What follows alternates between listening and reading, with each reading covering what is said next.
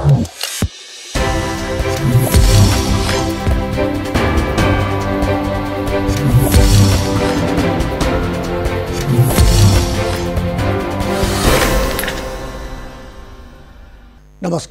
कार्यक्रम कोरोना अर्थतन्त्र दबाव र प्रभावमा यहाँलाई हार्दिक स्वागत छ।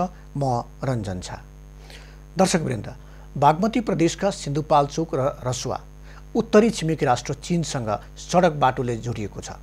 त्यसैले गर्दा पनि पछिल्लो समय यी दुई जिल्लामा आर्थिक गतिविधिमा वृद्धि हुँदै आएको थियो। अर्कातिर राजधानीलाई तराईसँग जोड्ने छोटो बाटो काभ्रे जिल्ला भएर जाने भएकाले यहाँ पनि आर्थिक गतिविधिमा निकै नै तीव्रता देखिएको थियो। तर राजधानी नजिकै रहेका यी जिल्लाहरू पछिल्लो समय लकडाउन र निषेधाज्ञाका कारण निकै नै प्रभावित भएको छ। आजको छलफलमा हामी बागमती प्रदेशका विभिन्न जिल्लामा निषेधाज्ञा पछिको आर्थिक गतिविधिका विषयमा कुराकानी गर्नेछौँ र कुराकानीका लागि हामीसँग हुनुहुन्छ काभ्रे उद्योग वाणिज्य सङ्घका अध्यक्ष प्रकाश मानन्धर, त्यस्तै रसुवा उद्योग वाणिज्य सङ्घका अध्यक्ष कैसाङ नोर्पु तामाङ र सिन्धुपाल्चोक उद्योग वाणिज्य सङ्घका महासचिव यादव दाहाल।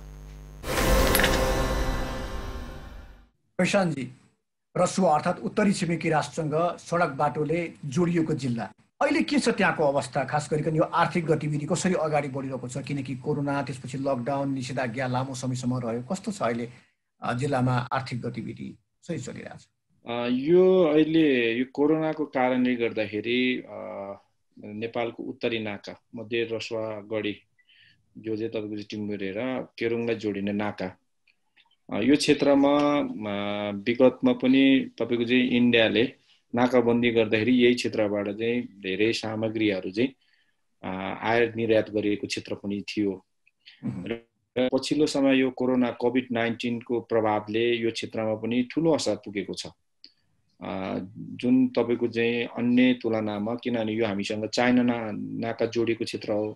यो चाहिँ चाइनाबाट चाहिँ तपाईँको चाहिँ यो सुरुवात भएको यो तपाईँको चाहिँ कोरोना जतिखेर चाइनामा देखा पर्यो त्यतिखेरदेखि नै हाम्रो बोर्डर एरियाहरूलाई चाहिँ सिल गरिएको थियो। आज भन्ने हो भने हामी लगभग 7-8 महिनाभन्दा बेसी भइसक्यो। डिसेम्बर 31 तारिकमा पहिलोपटक चीनमा देखा परेको थियो यो संक्रमित। त्यहाँ डिसेम्बरदेखि देखा परे पछाडि लगत्तै त्यो एरियाका जिम्मेवार साथीहरू बसेर हामीले नाकामा पनि यो खालको चाहिँ गतिविधिहरू हुन सक्छ अथवा संक्रमितको संख्या बढ्न सक्छ, यो के अरे एकदमै पेन्डेमिकको रूपमा चाहिँ ठुलो रूप लियो भने यसले ठुलो के अरे असर गर्छ भन्ने उद्देश्यले बैठक मार्फतै तपाईँको चाहिँ बिस्तारै हुँदै हुँदै टोटली नाका बन्द गरिएको थियो। र यो बीचमा पनि पटक पटक हामीले नाकाहरूलाई खोलायौँ, सञ्चालनमा ल्यायौँ र विविध कारणले गर्दाखेरि फेरि नाकालाई सुचारू गर्न सकेनौँ, एकदमै निरन्तर रूपमा सुचारू गर्न सकेनौँ, जस कारणले गर्दा आर्थिक रूपमा त असर यसले पुगेकै छ हैन, किनभने धक्का लागेकै छ। नियमित रूपमा सञ्चालन हुन नसक्नुको कारणले गर्दाखेरि अहिलेको अवस्थामा यो क्षेत्रका चाहिँ आर्थिक भनौँ न क्रियाकलापहरूमा ठुलो असर पुग्यो। अब लकडाउन र निषेधाज्ञा दुइटै खुकुलो भइसकेको अवस्था छ। विशेष गरी अब काभ्रेको कुरा गर्दाखेरि कस्तो छ अहिले अवस्था? त्यहाँको आर्थिक गतिविधि कसरी अगाडि बढिरहेको छ, के कस्तो छ?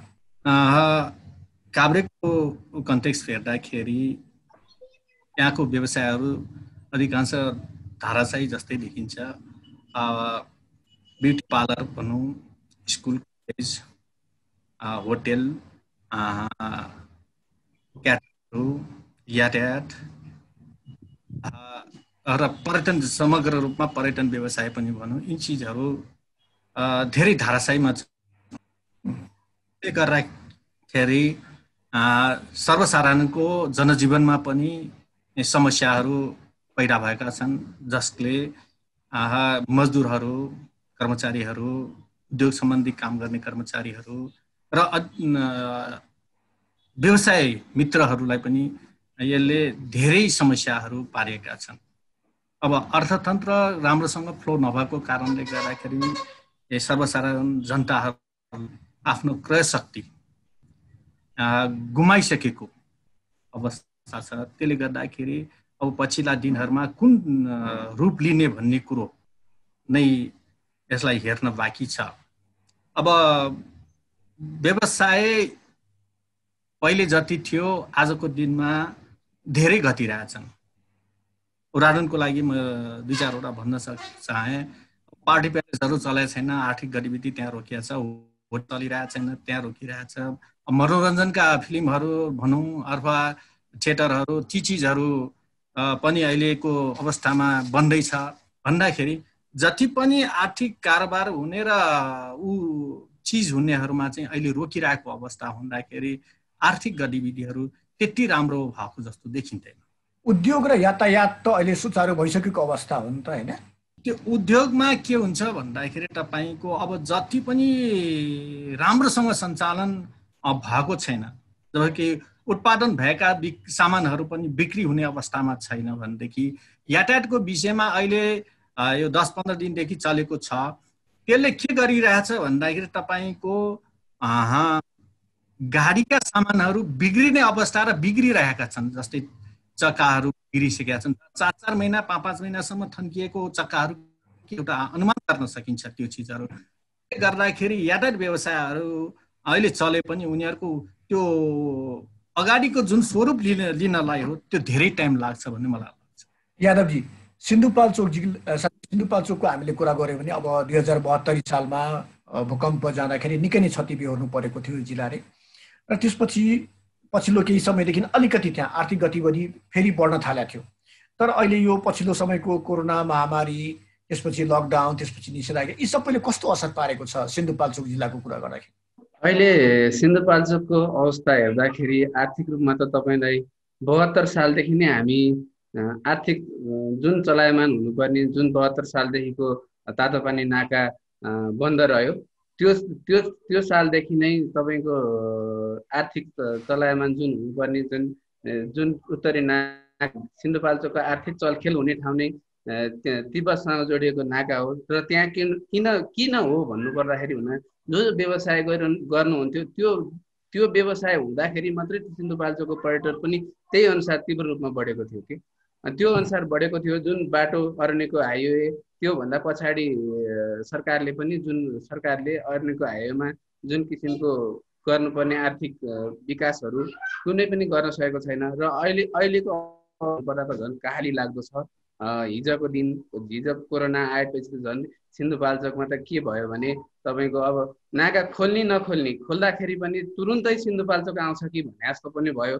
अनि यही सरकारी डाटामा पनि पहिलो जिल्ला सिन्धुपाल्चोकै कोरोनाबाट मृत्यु हुने जिल्ला पनि भयो। त्यस कारणले धेरैभन्दा धेरै हामी आर्थिक रूपमा धेरै चलायमान हुन सकेका छैनौँ।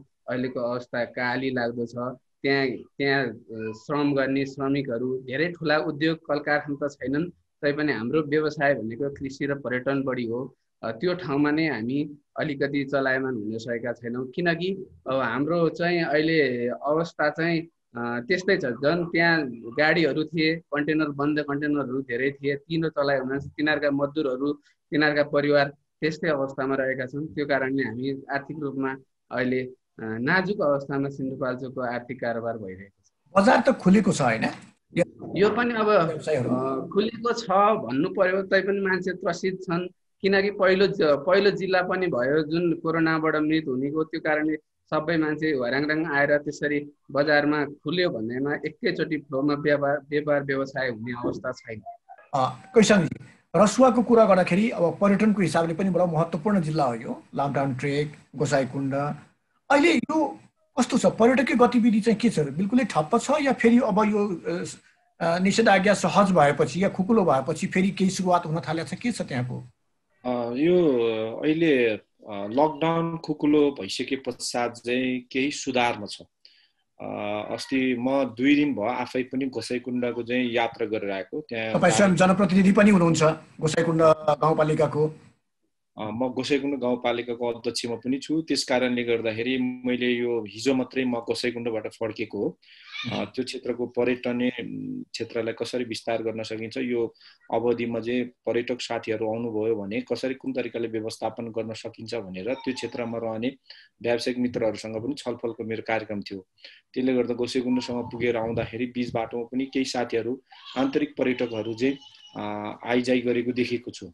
यो सुस्तरी तपाईँको यो क्षेत्रमा साथीहरू चाहिँ आउने क्रम बढेको छ। तर लाङटाङ क्षेत्रमा पनि तपाईँको यो आजभन्दा 10 दिन अगाडि एकजना विदेशी नागरिक जो लकडाउनको बेला नेपालमै उहाँ अडिनु भएको थियो नेपालको कुनै क्षेत्रमा र पछि तपाईँको चाहिँ लकडाउन खुकुलो भइसके पछाडि लाङटाङ ट्रेक गर्ने भनेर तपाईँको 2 जना साथीहरू चाहिँ जर्मनबाट साथीहरू पनि मैले बाटोमा भेटेको थिएँ। ती साथीहरू पनि गोसाइकुण्ड पहिला लाङटाङ जानुभयो, त्यस पछाडि गोसाइकुण्ड भएर आउनु भएको रहेछ।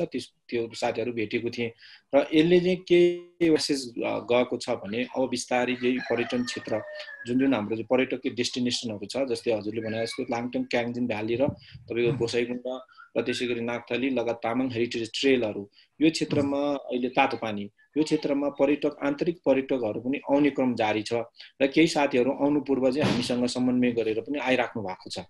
किनभने कस्तो छ, विशेष गरी साथीहरू अब पर्यटक साथीहरू आउनुहुन्छ, आउँदाखेरि चाहिँ बाटोघाटोमा समस्या के छ र सँगैसँगै तपाईँको चाहिँ आउँदाखेरि उहाँले चाहिँ होटेलमा बास बस्नेदेखि लिएर खानपिनको व्यवस्था कस्तो छ, किनभने कोरोनाले गर्दाखेरि सबैजना आफ्नो के अरे घरमा र विशेष गरी गाउँघरमा मात्रै बसिराख्नु भएको छ, जस कारणले गर्दा गोसाइकुण्ड जस्तो क्षेत्रमा चाहिँ व्यावसायिक गर्ने साथीहरू त्यही क्षेत्रमा बस्नुपर्ने हुन्छ। लाङटाङ चाहिँ अलरेडी त्यहाँ पनि मान्छेहरू बसोबास गरिराख्नुहुन्छ र व्यवसाय पनि चलाउनुहुन्छ।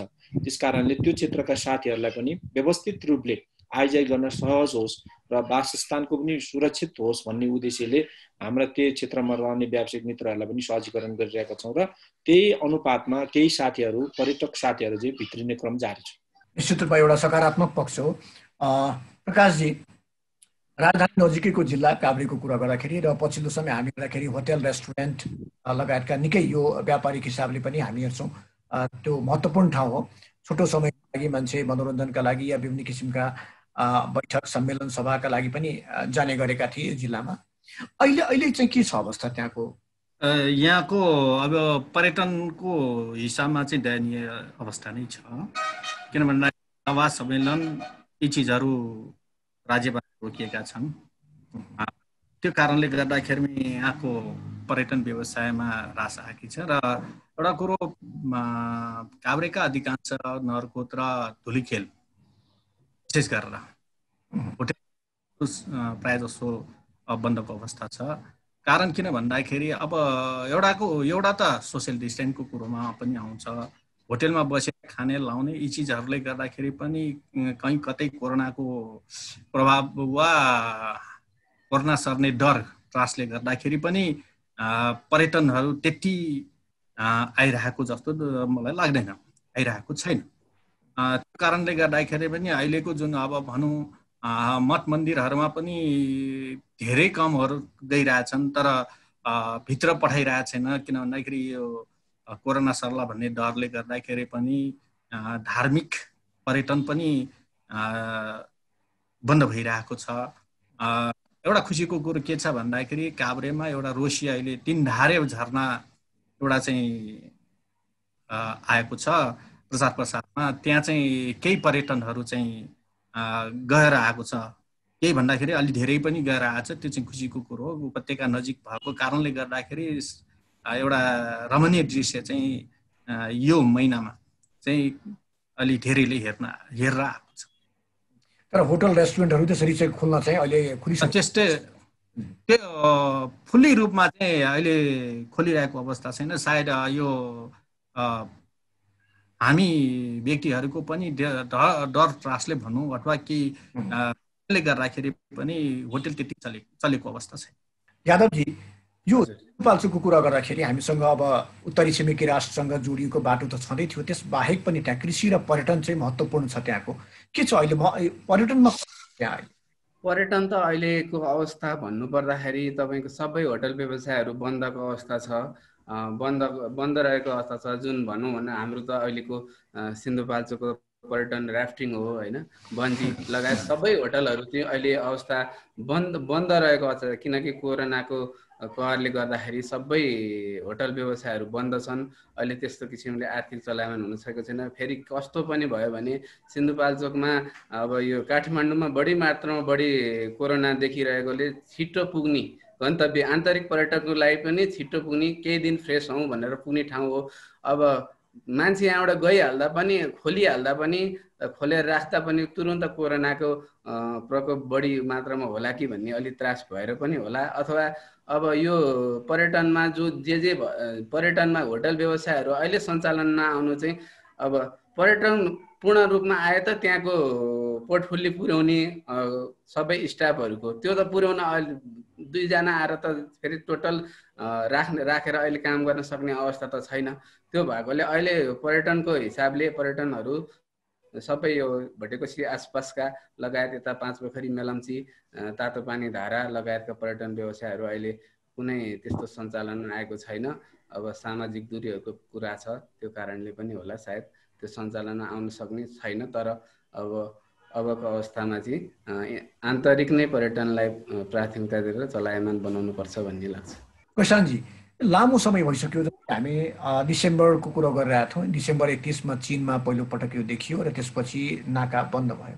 अब यो लामो समय भएन र यो लगभग अब 9-10 महिना बित्न लाग्यो। यसको लागि त अब चीनले आफूले नियन्त्रणमा आइसकेको पनि भनिरहेको छ। यस्तो अवस्थामा अलिकति सतर्कता अपनाएर यो नाकालाई त अलिकति सजिलो पार्न सकिन्छ नि, खास गरिकन जुन आयात निर्यातलाई त हामी ठिक पार्न सक्छौँ। मलाई लाग्छ यो डिसेम्बर 21 देखि तपाईँको चाहिँ के अरे कोरोनाको चाहिँ संक्रमित संख्या बढ्दै गएको र देखेको चाहिँ चाइनामा देख्ने बित्तिकै उत्तरी नाकाहरू रसुवागढी र तपाईँको चाहिँ तातोपानी नाकालाई विशेष ध्यानमा राखेर नेपाल सरकार र चाइना सरकारले नै यो क्षेत्र अलिक संवेदनशील हुन सक्छ, यो क्षेत्रमा छिटो भित्रिन सक्छ भन्ने उद्देश्य हेल्थ प्रोटोकललाई पालना गरेर पहिला चाहिँ बिस्तारै सुचारू गरियो र यसले भयो भने एकदमै ठुलो रूप लिन थाले पछाडि त्यो क्षेत्रको नाकाहरू चाहिँ टोटली बन्द भयो र बन्द भइसके पछाडि र क्रमिक रूपले यो घटनाहरू चीनमा घट्दै जाने र अन्य देशमा बढ्दै जाने र त्यसको परिणाममा नेपालमा पनि यो संक्रमितको संख्या दिनानुदिन बढ्दै गयो। तर पनि हामीले चाहिँ केही लबिङ गर्न छोडेनौँ भने चाइना सरकारसँग यो तपाईँको चाहिँ यो बेला अब तातोपानीलाई तपाईँले टोटली बन्द गर्नु भएको छ। भारतबाट हामीले केही सामान ल्याउन पनि सक्दैनौँ, लान पनि सक्दैनौँ। भारत झन् एकदमै आक्रान्त भइसकेको छ। अब हामीले विशेष गरी स्वास्थ्य सामग्रीहरूलाई पहिलो प्राथमिकतामा राखेर यो तपाईँको चाहिँ रसुवागढी नाकाबाट सामग्री भित्राउनु पर्छ भनेर धेरै छलफलहरू स्थानीय स्तरमा, जिल्ला लेभलमा, त्यसै गरी केन्द्रीय स्तरमा हुँदै दुई देश बीचमा चाहिँ छलफलहरू भए पश्चात तपाईँको चाहिँ नेपालमा पहिलोचोटि चाहिँ तपाईँको चाहिँ स्वास्थ्य सामग्रीहरू हामीले गर्दा चाहिँ तपाईँको चाहिँ भित्राउन सफल भएको थियो र त्यसैलाई त्यही क्षेत्रलाई चाहिँ हामीले अब जति पनि हाम्रो उता नेपाली के अरे कन्टेनरहरू चाहिँ चाइनाको तपाईँको चाहिँ केरुङमा रोकिएको थियो, त्यो तपाईँको कन्टेनरहरू चाहिँ नेपालमा झिकाउनु पर्छ भनेर हामीले चाहिँ धेरै पहलहरू हाम्रो व्यावसायिक क्षेत्रबाट र हामी के अरे स्थानीय जनप्रतिनिधिहरूको क्षेत्रबाट र प्रशासकको क्षेत्रबाट हामीले विविध छलफलहरू गऱ्यौँ उहाँ साथीहरूसँग र त्यसको परिणाममा चाहिँ पहिलो पटक तपाईँको चाहिँ 2टा कन्टेनरहरू पठाउने चाइनाको, त्यो पनि तपाईँको नेपालमै पठाउने र उनीहरूले त्यहाँ चाहिँ हेल्थ प्रोटोकलहरू विशेष गरी हामी फेरि त्यसमा हामी पनि कम्प्रोमाइज गरेको छैनौँ होइन। हामीले हेल्थ प्रोटोकललाई चाहिँ पुरा पालना गरेर तपाईँको 14 दिन तपाईँको चाहिँ हाम्रो साथीहरू एउटा क्वारेन्टाइनमा राखेर लेबर साथीहरू र तपाईँको चाहिँ यो हाम्रो चाहिँ चालक सहचालक साथीहरू 14 दिनसम्म हामीले चाहिँ एउटा चाहिँ क्वारेन्टाइनमा राखेर आरटीपीसीआर टेस्ट गरेको नतिजाको आधारमा ती साथीहरूलाई चाहिँ त्यो बोर्डर एरियामा पठाउने र त्यहाँबाट सामग्रीहरू पिकअप गरेर ल्याउने खालको चाहिँ 2वटा कन्टेनरबाट सुरु गरेको थियो र यो लगातार तपाईँको चाहिँ लगभग हामीलाई 15-20 दिनसम्म नियमित रूपले सञ्चालन गर्ने अवसर पायो र केही त्यस पश्चात चाहिँ नेपालमा झनै त्यसको चाहिँ महामारी फैलिँदै गइसके पछाडि हाम्रो बोर्डरमा काम गर्ने एकजना साथीलाई पनि उहाँको चाहिँ हामीले अब यो 14 दिनमा टेस्ट गरिराख्नुपर्ने एउटा चाहिँ हामी बिचको एउटा अन्डरस्ट्यान्डिङ थियो। त्यो टेस्ट गरिरहँदाखेरि चाहिँ फेरि एकजना हाम्रो चाहिँ लेबर साथीलाई चाहिँ आरटीपीसीआर टेस्ट गर्दा पोजिटिभ देख्यो। पोजिटिभ देखिने बित्तिकै त्यहाँको चाहिँ के अरे सुरक्षाका साथीहरू, स्वास्थ्यका साथीहरूले चाहिँ फेरि तुरुन्तै ल यो नाकालाई केही समय सिल गरौँ भनेर उहाँहरूको चाहिँ भनौँ न अनुरोध अनुसार फेरि सिल गरियो चीनतर्फको साथीहरूले। अब यो फेरि यसले चाहिँ ठुलो समस्या हुनसक्छ भनेर जो साथीलाई चाहिँ पोजिटिभ देखेको थियो हामीले उहाँलाई तुरुन्तै कुशेकुण्ड गाउँपालिकाले चाहिँ निर्माण गरेको आइसोलेसन वार्डमा हामीले उहाँलाई ल्याएर त्यसको चाहिँ ट्रिटमेन्ट गर्यौँ र त्यो हामीले फेरि त्यसको टर्म्स कन्डिसन पुरा गरेर आरटीपीसीआर फेरि टेस्ट गऱ्यौँ ती साथीको। अनि पोजिटिभ आइसके पछाडि ल अब पोजिटिभ आयो, अब यो क्षेत्रबाट हामी सबै सुरक्षित छौँ भन्ने सबै कुरो फेरि चाइना सरकारका साथीहरूसँग चाहिँ समन्वय गर्दाखेरि फेरि खुलाउनतिर हामी लाग्यौँ र खुलाउन बीचमा एक त केरुङको केही भागमा चाहिँ के अरे तपाईँको बर्खाको कारणले गर्दा पहिरो बाटो रोकियो र पछि फेरि त्यहाँ क्लियर गर्दाखेरि यताबाट हाम्रो चाहिँ आरटिपिसिआर तपाईँको चाहिँ टेस्ट गर्दाखेरि पोजिटिभ देखेको कारणले फेरि केही समय हामी रोक्नु पर्यो र कोरोनाको परीक्षण गर्दाखेरि पोजिटिभ देखियो र त्यसपछि चाहिँ रोकियो फेरि त्यो रोक्नु पर्यो किनभने फेरि त्यसले चाहिँ अर्को रूप लिएर किनभने हामी भन्दा पनि अब चाइना सरकार चाहिँ बढी यो विषयमा बढी क्लियर छ किनभने पहिलोचोटि उहाँहरूमा लागेको धेरैजना उहाँहरू सङ्क्रमित हुनुहुन्थ्यो धेरै नेपालको दाँजोमा धेरैजना चाहिँ त्यहाँको साथीहरू चाहिँ यहीमा के अरे रोगले गर्दा चाहिँ आफ्नो ज्यान गुमाउनु भएको थियो त्यस कारणले गर्दा त्यो हामीले केही समय ब्रेक गर्नु पर्यो र ब्रेक गर्यो र फेरि हामीले आजभन्दा 10 दिन अगाडिदेखि नै ल अब अलिकति लार्ज स्केलमा सामग्रीहरू पठाउने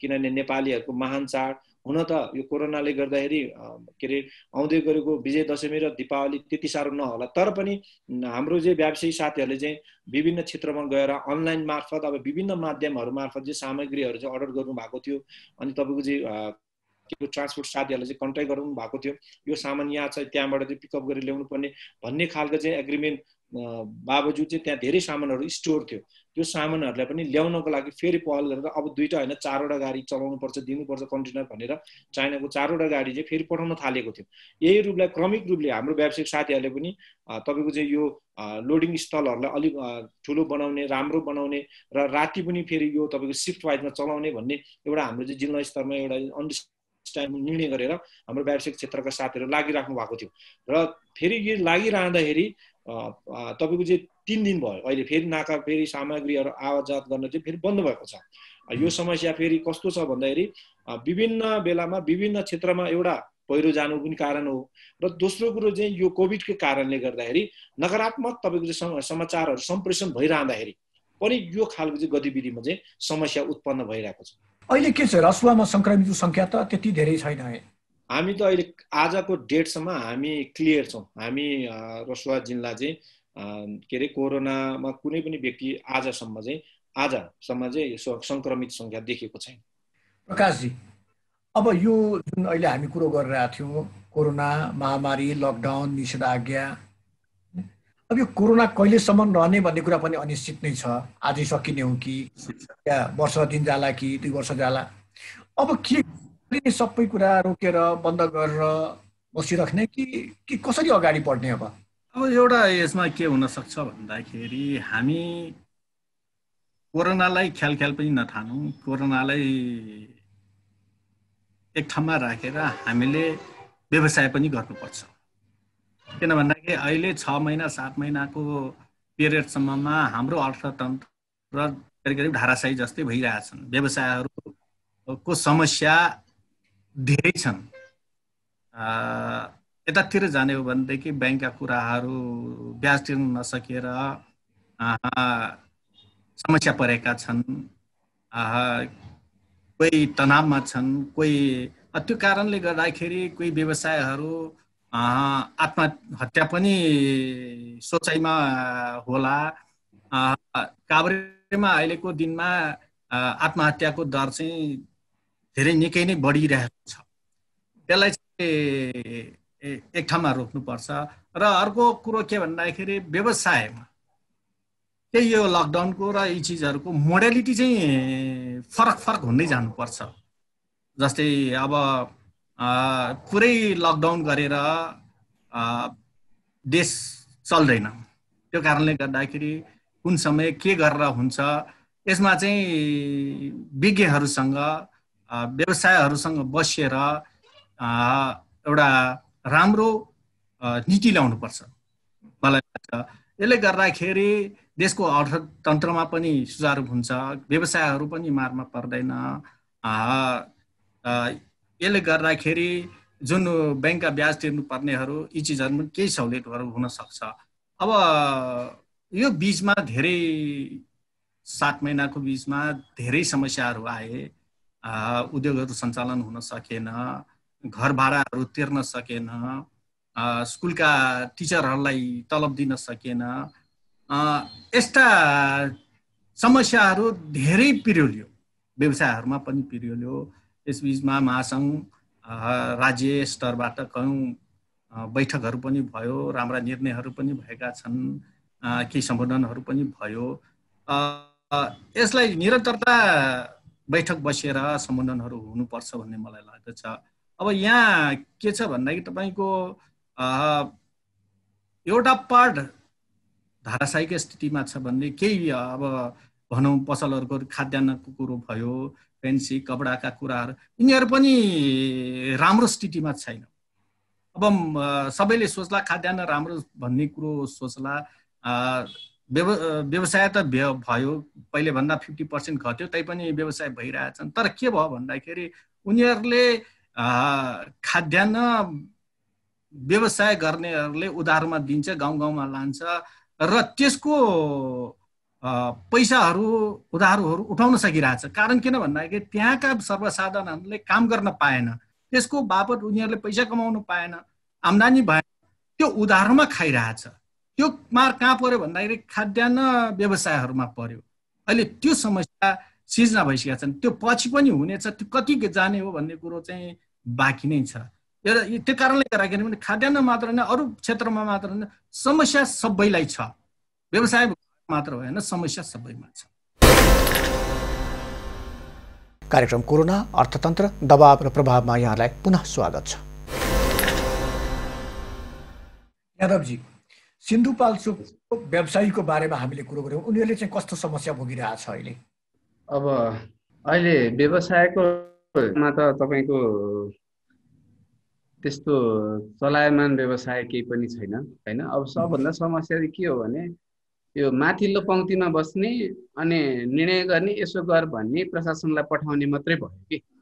के हो भने अबको अर्थतन्त्र चलायमान बनाउनु पर्छ भने त निजी क्षेत्रसँग यसो समन्वय गरेर निजी क्षेत्रलाई राखेर अनि यो गर्दा चाहिँ हुन्छ भन्ने किसिमको निर्णय पठाउँदा चाहिँ अब व्यवसाय मार पर्दैन। अब पहिले निर्णय गर्ने, यसो गर भनेर पठाइरहँदाखेरि चाहिँ अब त्यो भएकोले व्यवसायहरू अहिले सबैभन्दा मारमा परेको कारण चाहिँ त्यो हो कि। अब आज एक थरी निर्णय आउँछ, यसो गरिदिउँ भनेर उनीहरू यो किसिमले व्यवसाय गर्ने भनेको हुन्छ, भोलिको दिन अर्को निर्णय भइसकेको हुन्छ। किन भयो भन्दाखेरि त्यो सोच किसिमको वातावरण बन्यो। त्यो कारणले पनि हाम्रा व्यवसायहरू अहिले मारमा परेको कारण चाहिँ त्यो पनि हो कि। जस्तै यादवजी, कुन चाहिँ निर्णयले अप्ठ्यारो पार्यो व्यवसायीहरूलाई अहिले अवस्थामा कुरा गर्दाखेरि? जस्तो अब राज्यकै नीति अनुसारै भनौँ न, जस्तो राज्यले निजी क्षेत्र जे भयो नि, अर्थतन्त्र चल्ने त निजी क्षेत्रबाट हो नि। अहिलेको अंश त केही अंश त निजी क्षेत्र नै हो भनेपछि निजी क्षेत्रसँग कुनै सरसल्लाह नै नगरिकन सिडिओ कार्यालय एउटा एक किसिमको निर्णय हुन्छ, आज आउँछ, भोलि त्यो लागू गर्नु भनेर प्रशासन आउँछ। आज के हुन्छ भने आज 4 बजेबाट 6 बजेसम्म खोल्ने भन्छ, त्यो किसिमले खोल्न भनेर रेडी भयो, भोलि त्यो नि बन्द गर भन्छ, अनि पर्सि दिन फेरि होइन आधी समय खोल र आधी सटर खोल, यस्तो किसिमको व्यवसाय गरेर चाहिँ अब अर्थात् सिन्धुपाल्चोकको व्यवसाय त्यसरी रहँदैन। किन भन्नु न, हाम्रो सिन्धुपाल्चोकमा त बढी पर्यटनै हो र थोरै मात्रामा हाम्रो किराना काभ्रेसँग रिलेटेड व्यवसाय हो। किनभने हाम्रो किराना व्यवसाय भने काभ्रेसँगैको हो, काभ्रेमा चलायमान भयो भने हाम्रो पनि चलायमान हुन्छ। किन भन्नु न, हाम्रो सबै स्रोत नै काभ्रे हो। त्यो कारणले किराना व्यवसाय र निर्माण सामग्रीको व्यवसाय त्यही हो, त्यसमा निहित छ। त्यो कारणले हाम्रो व्यवसाय भनेको चाहिँ पर्यटन हो। सिन्धुपाल्चोकको हिसाबमा अहिले आर्थिक चलायमान हुनुपर्ने पर्यटन चाहिँ अहिले शून्यमा छ। त्यो कारणले त्यो चलाउनु पर्छ भन्ने चाहिँ लागेको छ। अनि साथै अब नागाको विषयमा त काइसाङ सरले नि भनिसक्नुभयो, तिब्बती नागा उहाँ त आफै जनप्रतिनिधि नै हुनुहुन्छ। अब एक किसिमको चिनिया पक्षको अघोषित नाकाबन्दी जस्तै छ। अहिले समय पनि त्यस्तै छ, सम्भवतः त्यसैले हाम्रो कहाँ संक्रमण बढिरहेको छ। यस्तो गरेर गर्ने भन्ने किसिमको निर्णय पनि अब के हुन्छ भन्ने हुन सकेन। त्यो कारणले आर्थिक रूपमा त सिन्धुपाल्चोक अहिले जुन 72 सालको भूकम्पपछि नै सुस्त गतिमा छ, सुस्त गतिमा भइरहेको छ। तर यो कोरोना चाहिँ के हो, कोरोना हो ठिक छ, कोरोनाबाट डराउनु पनि पर्छ, तर बन्द गरेर व्यवसाय होइन, खुल्ला गरेर आफूले स्वास्थ्य प्रोटोकल सब पुरा गरेर व्यवसाय गराउन सिकाउनु पर्छ भन्ने लाग्छ। त्यो सम्भव छ? नेपाल जस्तो देशमा स्वास्थ्य सुरक्षा सम्बन्धी सरकारले जुन तोकेको मापदण्ड छ, त्यो तोकेको मापदण्ड पुरा गरेर उद्योग व्यवसाय सञ्चालन गर्न सक्ने अवस्था छ यादवजी? सबै त ठ्याक्कै हामीसँग स्रोत साधनै छैन। पहिलो कुरो सबै कुरो त सकिँदैन, तर पुगेसम्म गर्नुपर्छ, किनभने आफू बाँच्नुपर्छ नि त। उहाँलाई मजदुरलाई पनि त म बाँच्नुपर्छ, मलाई नसरोस् भन्ने हुन्छ भने व्यवसायलाई पनि हुन्छ, र आउने के अरे उपभोक्तालाई पनि त मलाई सर्छ कि मलाई सर्दैन कि भन्ने, कोरोना सर्छ कि सर्दैन भन्ने डर छ नि। त्यो कारणले त्यसमै पनि प्रोटोकल राख्यौँ र सामाजिक दूरी राख्यौँ, बेला बेलामा सेनिटाइजर मास्क गऱ्यौँ भने त हामी त्यतिसम्म त गर्न सक्ने व्यवसाय छौँ नि। केही नभए नि आएको उपभोक्ताले नलाइकन आयो भने 5 रुपियाँको मास्क दिएर यसरी गरोस् भनेर हामी शिक्षा दिन सक्ने व्यवसाय त छौँ नि। कृष्णजी, यो देशको आर्थिक मेरुदण्डको कुरा गर्दाखेरि उद्योग व्यापार नै हो। अब यसलाई पूर्ववत अवस्थामा फर्काउन सरकारले गरेको जुन पहल छ, यो पहल चाहिँ कसरी हेर्नु भएको छ? यी पहलहरूलाई हेर्दाखेरि हामीले सकारात्मकै देखिन्छ, तर अघि हाम्रो साथीहरूले यादवजीहरूले भने जस्तो यो विभिन्न विकासको मेरुदण्डको रूपमा लिएको जति पनि व्यवसायहरू छ, त्यो व्यवसाय सञ्चालन गर्ने सञ्चालकहरू, व्यावसायिक मित्र, निजी क्षेत्रका सङ्गठन, निजी क्षेत्रका नेतृत्व गर्ने साथीहरूसँग चाहिँ राज्यले नितान्त रूपमा सहकार्य र समन्वय गर्नु जरुरी छ। यदि यो गर्यो भने पक्कै पनि राज्यले पनि यो अहिलेको अवस्थालाई र पछिसम्म यसको असर कति रहन्छ तपाईँ हामीले मापन गर्न सकिँदैन। यो अहिले कोभिडको कुरालाई लिइरहेका छौँ हामी। यो तपाईँको जबसम्म भ्याक्सिन लगायतका केही गतिविधिहरू योसँग चाहिँ हुन सक्दैन तबसम्म यो हामी त्रासमै हामीले बाँच्ने हो। यसले भोलि कतिखेर के खालको नतिजा ल्याउँछ भन्ने कुरा कुर्नु बाहेक हामीसँग विकल्प छैन अहिले। तर हामी चाहिँ के सुरक्षित छौँ र हुनुपर्छ भन्ने जानकारी चाहिँ हामी व्यवसाय सञ्चालन गर्ने र राज्य सञ्चालन गर्ने के अरे राजनीतिक कर्मीहरूले पनि के बुझ्नु जरुरी देख्छु भने हामी एक आपसमा समन्वय र के अरे सहकार्य साझेदार नगरिकन यो अहिलेको अवस्थालाई बिस्तारै बिस्तारै चिर्न सकिँदैन। यो चिर्नको लागि राज्यले पनि अवस्था हेरेर नीति र कार्यक्रम र योसँग यस्तो खालको चाहिँ योजना भयो भने देशलाई पनि निरन्तर सञ्चालन गर्न सकिन्छ र उद्योग व्यवसाय सञ्चालन गर्ने व्यवसाय मित्रहरूलाई पनि बिस्तारै बिस्तारै पिकअप लिन सक्छ भन्ने खालको चाहिँ साझा एजेन्डा हुन जरुरी देख्छु म। जसरी अहिले तपाईँको चाहिँ यो कोभिडले गर्दाखेरि धेरै जस्तो उद्योग व्यवसायहरू बन्द अवस्थामा छ। मैले भन्नुपर्दाखेरि हाम्रो नाकाबाट 5 वटा गाडी आउँदैमा तपाईँको चाहिँ के अरे तपाईँको चाहिँ व्यवसाय राम्रो भयो, देशको अर्थतन्त्र फेरि तपाईँको चाहिँ पहिलाको जस्तै चाहिँ सञ्चालनमा आयो भन्ने खालको चाहिँ तत्कालीन उद्देश्य र प्राप्ति हुन्छ भन्ने कुरो, उपलब्धि प्राप्ति हुन्छ भन्ने हामीले सोच्नु बेकार हुन्छ। तर त्यही क्रमलाई नै जो सुरुवात भएको छ नि, यो सुरुवात पनि सकारात्मक सोचले लिनुपर्ने हुन्छ। जति सुरुवात भएको छ त्यो सुरुवातलाई चाहिँ क्रमिक रूपले विस्तार गर्दै एक आपसमा छलफल चलाउँदै विकास गर्दै त्यसलाई सङ्ख्या बढाउँदै जाने हो भने फेरि नै पहिलाको अवस्थामा हामी फर्काउन सक्छौँ। अनि त्यो फर्काउन सक्नु भनेको हाम्रो अर्थतन्त्रलाई फेरि पुनः त्यही गतिमा चाहिँ हामी दोहोऱ्याउने र अझै बिस्तारै बिस्तारै ठुलो ठुलो गेयरहरू लाउँदै अझै बढी बढी पिकअप लिँदै जाने भन्ने खालको उद्देश्य लिन सक्यो भने पक्कै पनि हामीले कोरोनालाई पनि बिस्तारै बिस्तारै अर्थतन्त्र हाम्रो कोरोनाको कारणले अर्थतन्त्र तहस नहस भएको छ। हाम्रो मात्रै देशमा होइन यो, होइन, जति जुन देशमा यो कोरोनाको चाहिँ के अरे सङ्क्रमित र भयभीत भएको छ त्यो क्षेत्र सबै चाहिँ तहस नहस भएको छ। तर हाम्रो जस्तो देश जो विकसनमुख देश राष्ट्र र तपाईँको चाहिँ एकदम भूपरिवेष्टित देश, यी यस्ता देशलाई चाहिँ यो कोरोनाले अझै धेरै समस्या परिरहेको छ। र यो समस्या भयो भनेर हामीले पनि समस्या मात्रै देखाउने होइन, समस्याको उपायहरू के हुन सक्छ, समाधानको उपायहरू के हुन सक्छ, हामी स्थानीय स्तरबाट पनि हामीले हाम्रो चाहिँ कुरा राख्न सक्नुपर्छ। र हामीले स्थानीय स्तरमा स्थानीय जनप्रतिनिधिहरू छन्, त्यसैले प्रदेश स्तरमा प्रदेश तपाईँको सरकार छ, केन्द्रीय स्तरमा केन्द्रीय सरकार छ। हाम्रो उद्योग सङ्गठन व्यवसाय गर्ने क्षेत्रमा पनि त त्यही अनुसारले छरेर बसेको छ।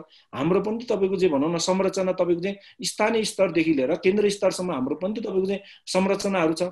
ती संरचना ती क्षेत्रका साथीहरू चाहिँ चलायमान हुनुपर्छ कि पर्दैन? अब यो अवस्थामा हामीले सधैँभरि राज्यलाई मात्रै गाली गर्ने अनि हामीलाई फेरि सधैँभरि चाहिँ राज्यबाट चाहिँ तपाईँको चाहिँ व्यवसायले के सपोर्ट गरेन भन्ने चाहिँ दोहोरी खेलिराख्यो भने यो विकास हुने, अर्थतन्त्रलाई चाहिँ उकास्ने बाटो भन्दा पनि तल धकेल्नु बाहेक केही देखिँदैन। मैले कृष्णजी, एउटा कुरो त छ नि, जस्तै चैत 11 देखि हामीले लकडाउन पहिलोपटक घोषणा भएको थियो र चैत 11 देखि अहिलेसम्म हामी जोड्यो भने झन्डै झन्डै हामीसँग 6 महिना हामीसँग अब यो भयो।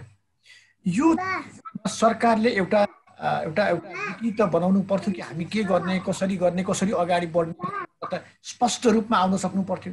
तर त्यो नि त त्यति लकडाउन भन्यो अनि त्यसपछि केही कामै नभएको जस्तो देखियो। अहिले वास्तवमा नै के भयो भने अन्य मुलुकहरू विशेष गरी अन्य राष्ट्रहरूले चाहिँ सबैभन्दा बेस्ट उपाय चाहिँ मान्छे बचाउनै हो नि हैन। सबै त्यतिखेरको चाहिँ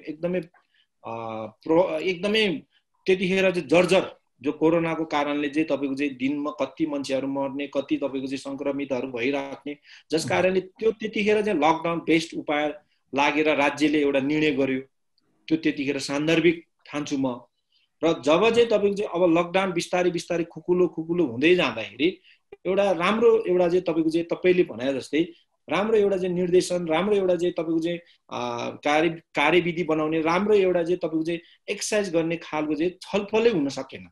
मैले अघि भनिरहेको छु निजी क्षेत्र जो चाहिँ यो देशको चाहिँ अर्थतन्त्रलाई चाहिँ राम्रो सपोर्ट गर्ने निजी क्षेत्रका विभिन्न संरचनाहरूलाई पनि राज्यको चाहिँ तपाईँको चाहिँ विभिन्न तहगतका सरकारहरू, विभिन्न तहगतका प्रशासकहरूसँग चाहिँ बृहत रूपमा छलफल गर्ने मेलो पनि मिलेन। र यस्तै खालको चाहिँ भर्चुअल मिटिङबाट पनि सुन्ने र सुनाउने र सुझाव दिने खालको चाहिँ कार्यक्रमहरू पनि सञ्चालन हुन सकेको छैन। आजको मितिसम्म म के भन्छु भने मलाई जानकारी नभएको पनि हुनसक्छ। लकडाउन भएकोदेखि आजको मितिसम्म चाहिँ यसरी निजी क्षेत्रका जिम्मेवार व्यक्तिहरू र नेपाल सरकारका जिम्मेवार व्यक्तिहरू बीच यस्तो खालको छलफलहरू चलाएको जस्तो मैले देखिनँ। होला आफ्नो सुझाव र आफूले केही के भन्छ यो कुरालाई चाहिँ कस्तो होला भन्ने खालको चाहिँ इन्फर्मली रूपमा जनप्रतिनिधिदेखि लिएर प्रशासकदेखि लिएर राज्यका सञ्चालकहरूलाई चाहिँ पुर्याउने माध्यम चाहिँ भयो होला। तर त्यसको चाहिँ सोझै रूपमा यो गर्दा बेस हुन्छ, यसो गरौँ अथवा छलफल गर्नुपर्छ भन्ने खालको चाहिँ म्यासेजहरू एक अर्कामा चाहिँ यो तपाईँको नहुँदाखेरि यो समस्या आइपरेको छ। र म अहिले म दुईटा क्षेत्रबाट हेरिरहेको छु। म एउटा जनप्रतिनिधि पनि हुँ, म एउटा निजी क्षेत्रको चाहिँ प्रतिनिधि गरिरहेको एउटा व्यक्ति पनि हुँ। त्यस कारणले मैले चाहिँ कसरी कुन तरिकाले चाहिँ यी समस्याहरू हाम्रो ग्रासरुट लेभलमा सिर्जना भएको छ। म अरू ठाउँको उदाहरण नदिउँ, म अहिले रसुवा जिल्लामा छु। रसुवा जिल्लाको गोसैकुण्ड गाउँपालिका भित्र नै तपाईँको हाम्रो नाका छ, रसुवागढी नाका। यो नाकामा अहिले हाम्रा व्यवसायहरू जो कन्टेनर व्यवसायहरू हुन सक्छन्, जो तपाईँको चाहिँ क्यारिङवाला व्यवसायहरू हुन सक्छन्, जो हरेक विषयले चाहिँ त्यो क्षेत्रमा चाहिँ समेटेका व्यवसाय साथीहरू हुन सक्छ। ती व्यावसायिक साथीहरूसँग हामीले छलफल चलायौँ। त्यहाँको स्थानीय स्तरको चाहिँ जनप्रतिनिधिहरूसँग चाहिँ हामी छलफल चलायौँ। यो कोभिडको बेलामा चाहिँ हामीलाई जसरी जुन तरिकाले चाहिँ अर्थतन्त्रमा चाहिँ ठुलो असर पुगेको छ, अहिले आज नै यसले ठुलो चेन्ज ल्याउने भन्ने खोजे होइन। एउटा एक्सर्साइज गरौँ, यो गरौँ कि यो एक्सर्साइज गर्दाखेरि चाहिँ एक व्यवसायलाई पनि समस्या नपरोस्। दोस्रो, यो कोरोनाको विषयलाई लिएर कोरोनाबाट चाहिँ भोलि चाहिँ ठुलो खालको चाहिँ आक्रान्त नफैलाओस्। र यसलाई अघि हाम्रो यादवजीले भने जस्तो हेल्थ प्रोटोकलको नाममा चाहिँ हामी पनि केयरलेस नहौँ। अब हाम्रो जस्तो देशमा तपाईँको चाहिँ स्वास्थ्यसँग मापदण्ड पुरा गर्नको लागि विभिन्न खालको चाहिँ सामग्रीहरू उपलब्ध नहुन पनि सक्छ। उपलब्ध भइरहँदाखेरि पनि हामीसँग चाहिँ त्यो हामीले चाहिँ सहजै रूपमा त्यसलाई चाहिँ प्रयोगमा ल्याउन सक्ने हामीसँग विभिन्न समस्याहरू हुन सक्छन्। तर एटलिस्ट प्रारम्भिक कुरा त हामी प्रयोग गर्न सक्छौँ, ल्याउन सक्छौँ। अनि त्यसलाई चाहिँ हामीले चाहिँ सँगैसँगै लिएर जान सक्छौँ। उदाहरणको लागि अरू नसकौँला हामी मास्क लगाउन सक्छौँ, सामाजिक दूरी कायम गराउन सक्छौँ हामी। र एक अर्कामा तपाईँको चाहिँ के अरे तपाईँको यो बढी प्रयोगमा आउँदाखेरि चाहिँ सम्भव भएसम्म सेनिटाइजरहरू युज गर्न सक्छौँ। नत्र भने पानी र साबुन त नपाउने त पक्कै पनि होइन होला। यतिलाई पनि पुरा विस्तारै गर्ने हो भने तपाईँको चाहिँ यो सानो क्षेत्रबाट पनि ठुलो कामहरू चाहिँ के अरे नतिजाहरू चाहिँ निस्केको हामीले देखेका छौँ। मैले अहिले यतिखेर यहाँ आउँदाखेरि म दुईटा जिम्मेवारीका साथ आइरहेको छु। यताबाट व्यवसायहरू एकदमै तल धराशायी भइसकेको छ, उताबाट राज्यबाट चाहिँ पटक विभिन्न समयमा विभिन्न मितिमा कहिले बन्द गर्ने, कहिले खुलाउने, कहिले यसो गर भन्ने, कहिले उसो गर, बाध्यताहरू आफ्नो ठाउँमा होलान्। तर एटलिस्ट एक अर्कामा जोडिने माध्यम नभएको कारणले यो खालको चाहिँ गतिविधि यो खालको समयबाट चाहिँ गुज्रिन परेको जस्तो मैले ठानेको छु। समन्वय पनि हुन सकेन राम्ररी। एकदमै मैले मेरो बुझाइ त्यही देख्छु। प्रकाशजी, अब व्यवसायीहरू धराशायी भइसकेका छन् भन्नुभयो। अब यो धराशायी भइसकेको व्यवसायलाई फेरि उठाउनको लागि चाहिँ के गर्नु पर्ला? व्यवसायीहरूको अहिलेको अपेक्षा के सरकारसँग? के गरिदिए हुन्थ्यो सरकारले? अब यसमा व्यवसायहरू पक्कै पनि धराशायी भइसकेका छन्। यसलाई थाम्नु पनि पर्छ, यसलाई उकास्नु पनि पर्छ। अब भारतका सामानहरू नेपालमा वर्षौं बढिसकेका छन्। यसलाई रोक्नु भन्दा पनि नेपाली वस्तुहरूलाई कसरी प्रोत्साहन गर्ने एउटा नीति ल्याउनु पर्यो।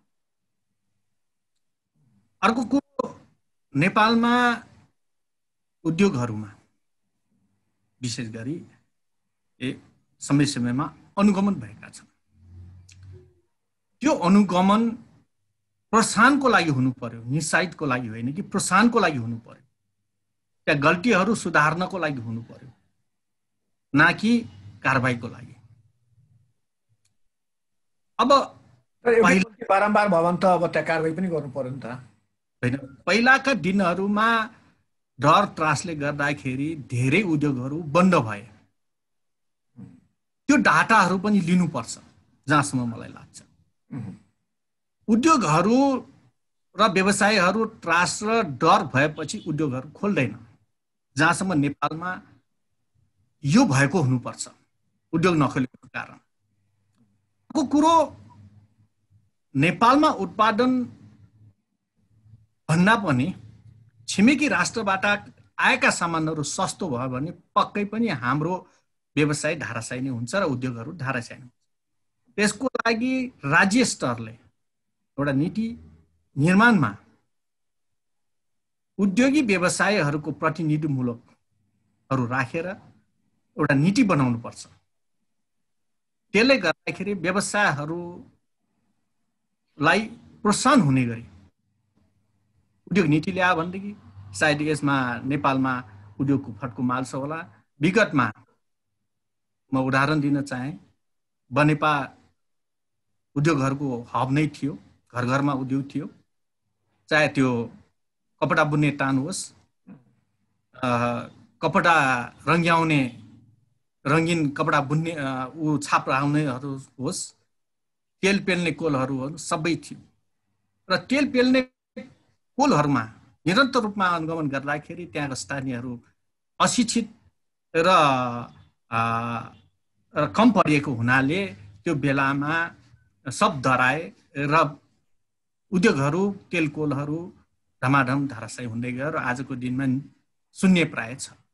त्यो कारणले उदाहरण म दिन चाहे, यी चिजहरू प्रोत्साहन दिनु राम्रो हुन्छ। सायद आज भएको भए म्युजियममा राख्न पनि हुन्थ्यो होला सायद यी चिजहरू। त्यो कारणले गर्दाखेरि नेपाल अधिराज्य भरमा जहाँ पनि छ हो, तपाईको निरन्तर बारम्बार उनीहरूले गलत गरेका छ भने कार्य गर्नुपर्छ, तर सुरुमा प्रोत्साहन र हौसला दिनुपर्छ भन्ने मलाई लाग्छ। यादवजी, के छ उद्योगी व्यवसायहरूको अहिलेको अपेक्षा के सरकारसँग? के गरोस्? किनकि यो 6 महिनादेखि उद्योग धन्दा कल कारखाना सबै बन्द छ र उनीहरूले पनि भन्दैछन् हामीसँग पुँजी छैन, कसरी व्यवसाय फेरि अगाडि बढाउने। अहिलेको अवस्थामा चाहिँ के गर्नुपर्ने हुन्छ सरकारले? होइन, म त हजुरलाई भन्नुपर्दाखेरि तुरुन्त अहिलेलाई भन्दाखेरि अहिलेलाई त होला केही समयलाई राहत ल्याउनु पर्ला होइन, उद्योगी व्यवसायलाई हुने खालको राहतको नीति केही बनाउनु पर्ला। तर तुरुन्त टाइम चेन्ज हुने किसिमको राहतको अथवा नीतिहरू बनाएर चाहिँ अब पनि यसरी, किनभने राज्यले अहिले चाहिँ कुन समय हो भने यो कोरोनाको कारणले आफैमा जुन यो समय चाहिँ राज्यले आफै उत्पादन गरेर आफै हुने समय हो कि यो बेला चाहिँ नीति चाहिँ यो 1 महिनामा चेन्ज हुने, 2 महिनामा चेन्ज हुने, 1 वर्षमा चेन्ज हुने नीति ल्याउनु हुँदैन। अब चाहिँ के भने केही नभए नि गर्ने व्यवसायलाई हौसला सहितको 5 वर्ष 10 वर्ष नीति ल्याएर जो निरुत्साहित गर्ने होइन, व्यवसायलाई निरुत्साहित गर्ने होइन, हौसला दिने नीति बनाउनु पर्छ र अब आर्थिक रूपमा अगाडि बढ्नुपर्छ जस्तो लाग्छ मलाई। हामी कार्यक्रमको अन्तिममा पनि पुगिसकेका छौँ। कैसानजी, रसुवालाई पूर्ववत अवस्थामा फर्काउन के गर्नु पर्ला? मैले अघि पनि केही कुरा राखेँ। हाम्रो समस्याहरू कस्तो छन्? सबैभन्दा ठुलो कुरो यो बीचमा यो अहिले कोरोनाको कारणले गर्दाखेरि यो सिर्जना भएका नयाँ समस्याहरू हुन सक्छ, विशेष गरी त्यो अर्थतन्त्रसँग जोडिएको कुराहरू, रोजसँग जोडिएका कुराहरू हुन्छ र विकास र पूर्वाधारसँग पनि जोडिएका कुराहरू हुन सक्छ। यो कुराको चाहिँ समस्याको चाहिँ हामीले पहिलो पत्ता लगाउनु पर्ने हुन्छ। अनि त्यो समस्या स्थानीय स्तरमा समाधान हुन्छ भने स्थानीय स्तरसँग हामी छलफल चलाउनु पर्यो। यो समस्याको समाधान प्रदेश सरकारसँग हुन्छ भने प्रदेश स्तरमा गर्नु पर्यो र केन्द्रीय सरकारसँग गर्नुपर्ने छन् भने केन्द्रीय स्तरमा गर्नुपर्ने हुन्छ। र रसुवाको हकमा अब हामीले अहिले रसुवालाई पहिलाकै रसुवामा फर्काउनको लागि चाहिँ यो क्षेत्रको चाहिँ विभिन्न खालको समस्याहरू देख्छु म। ती समस्याहरू आफ्नो क्षेत्रबाट आफ्नो जिम्मेवारीका साथ हामीले पुरा गर्नेतिर छलफल चलायौँ, बहस गऱ्यौँ र प्र्याक्टिसमा ल्याउन सक्यो भने पुनः फेरि पहिलाकै रसुवा फर्काउन सक्छ। उदाहरण पर्यटन व्यवसायको कुरा गरौँ। पर्यटन व्यवसायमा नेपालको तेस्रो पर्यटकीय गन्तव्य स्थल मलाई लाग्छ रसुवाको लाङटाङ गोसाइकुण्ड, लाङटाङ नेसनल पार्क पनि यही भित्र पर्छ। त्यसकारणले पर्यटन क्षेत्रलाई हामीले फर्काउनु पर्दाखेरि पर्यटन व्यवसायहरू भूकम्पले पनि क्षति पुगेको थियो र कोरोनाले पनि क्षति पुगेको छ र क्षति पुगिरहेका व्यवसायहरूलाई विशेष खालका कार्यक्रमहरू सञ्चालन गर्नुपर्छ। विशेष खालका भन्ने बित्तिकै त्यहाँ धेरै कुरा हुन सक्छ, तर म उदाहरणको लागि केही 2-3-4वटा कुरा लिन्छु। एउटा कुरो, जो लाङटाङ एरियामा व्यवसाय गरेर सञ्चालनमा रहेको होटेल व्यवसायहरू जो नेपाल सरकारको स्वीकृति लिएर रोयल्टी तिरेर काम गरेका साथीहरू हुन्छन्, ती साथीहरूको समयावधि थप्नुपर्छ। टेन्डर प्रोसेसमा चाहिँ होटेल सञ्चालन गर्ने दिएको हुन्छ यो क्षेत्रमा, उहाँहरूको चाहिँ समय थप्नुपर्छ। समय किन थप्नुपर्छ? तपाईको लगभग 7-8 महिना कोरोनाको कारणले गर्दा व्यवसाय गर्न सकेको छैन, पाएको पनि छैन र त्यसको त रोयल्टी त राज्यलाई तिरेको छ उनले। र त्यस पछाडि भूकम्प पनि पुरा थलथल भएको थियो। त्यो भूकम्पको चाहिँ ले क्षति पुगेको संरचनाहरू बनाउनको लागि उहाँहरूले ऋण दिन हरेक कुरो गर्नु भएको छ भनेपछि फुल फ्रेजमा तपाईको चाहिँ पर्यटन नचल्दाखेरि ती साथीहरूले त त्यहाँबाट ठुलो भार पर्यो। त्यो एउटा समस्याको उपाय भनेको त्यसरी जानुपर्छ। र अन्य उपाय तपाईको चाहिँ अहिले राज्यले सहुलियत र विशेष ऋणको चाहिँ प्याकेज कार्यक्रमहरू ल्याउँदैछन्।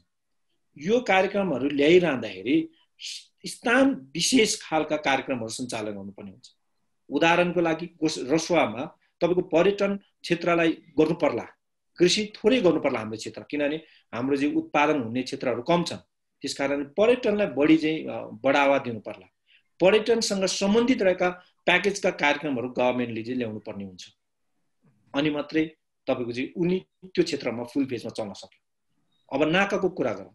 जसरी जुन तरिकाले आज एउटा कन्टेनर पठाउने 5 दिन बन्द गर्ने, अनि फेरि 2टा कन्टेनर पठाउने 10 दिन बन्द गर्ने, अनि 4वटा कन्टेनर पठाउने, यो बिल्कुल भएन। यो किन भएन भन्दाखेरि हैन चलाउन सकिने हो भने कोरोना आउने हो भने एउटा कन्टेनर चल्दा पनि कोरोना आउँछ र कोरोना नआउने हो भने तपाईको 100वटा कोरोना कन्टेनर नचल्दा नि चल्दाखेरि कोरोना आउँदैन। मेरो भनाइ चाहिँ होला हामी पनि व्यवसायको हिसाबले हामीले बोल्नु पर्दाखेरि हामीले पनि केही मापदण्डहरू पुरा गर्नुपर्छ। तर राज्यको हिसाबले पनि सबै त्यो भन्दैमा चाहिँ भोलि चाहिँ केही हुँदैन ढुक्क छु भनेर घरघटी छोड्ने पनि होइन।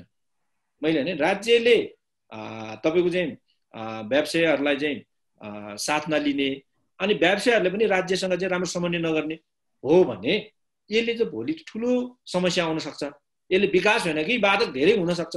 त्यसकारणले पुनः रसुवामै फर्काउनको लागि मैले चाहिँ कुरा गरेँ, पर्यटन क्षेत्र छन् हाम्रो र अहिलेको नाका, यी दुईवटा कुरालाई बढी ध्यानमा राखेर हामी तपाईको चाहिँ सरकार अनि त्यसपछि व्यावसायिक निजी क्षेत्र लगायतका स्थानीयहरूले स्वअनुसारको चाहिँ एउटा राम्रो कार्यक्रम नीति र आफ्नो सुझावहरू राखेर सञ्चालनमा ल्याउन सक्यो भने पुनः रसुवा हामी फर्काउन र पहिलाकै रसुवा हो, पहिलाकै रसुवा जस्तै छ, अझै राम्रो भएर आएको छ, अझै पाठ सिक्यो है, कोरोनाले गर्दाखेरि पाठ सिक्यो र झन् राम्रो चाहिँ बनाउन सक्छ, बनाएर जान सकिने चाहिँ धेरै सम्भावनाहरू देख्छु।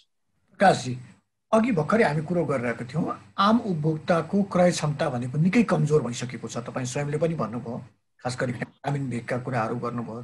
जनतासँग आम नागरिकसँग चाहिँ किन्न सक्ने क्षमता नै छैन, त्यसैले गर्दा बजारमा थोरै खुले पनि चहल पहल आउन सकेको छैन भन्नुभयो।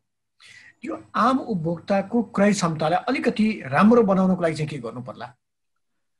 यसमा सबभन्दा मुख्य कुरो त किसानहरू र सर्वसाधारणहरूको लागि एउटा प्याकेज ल्याउनु पर्यो। सहुलियत दरमा ब्याजहरू दिएर किसानहरूलाई कृषिका उत्पादक मूलकहरू काम गराउनु पर्यो। बजार सस्तो बनाउनको लागि एउटा पालिका अथवा वडामा, प्रत्येक पालिका अथवा प्रत्येक वडामा एउटा तरकारी सङ्कलन केन्द्र अथवा कृषि सङ्कलन केन्द्र भनेर एउटा एक-एकवटा व्यवस्था गर्नुपर्छ, जसले गर्दाखेरि नेपाल अधिराज्यभर अथवा जहाँसुकै पालिका पनि फोन गरेर कुन भाउ के छ कस्तो छ भन्ने कुरो सस्तो मूल्यमा दिन सकिन्छ, एउटा नीति तयार गर्न सकिन्छ।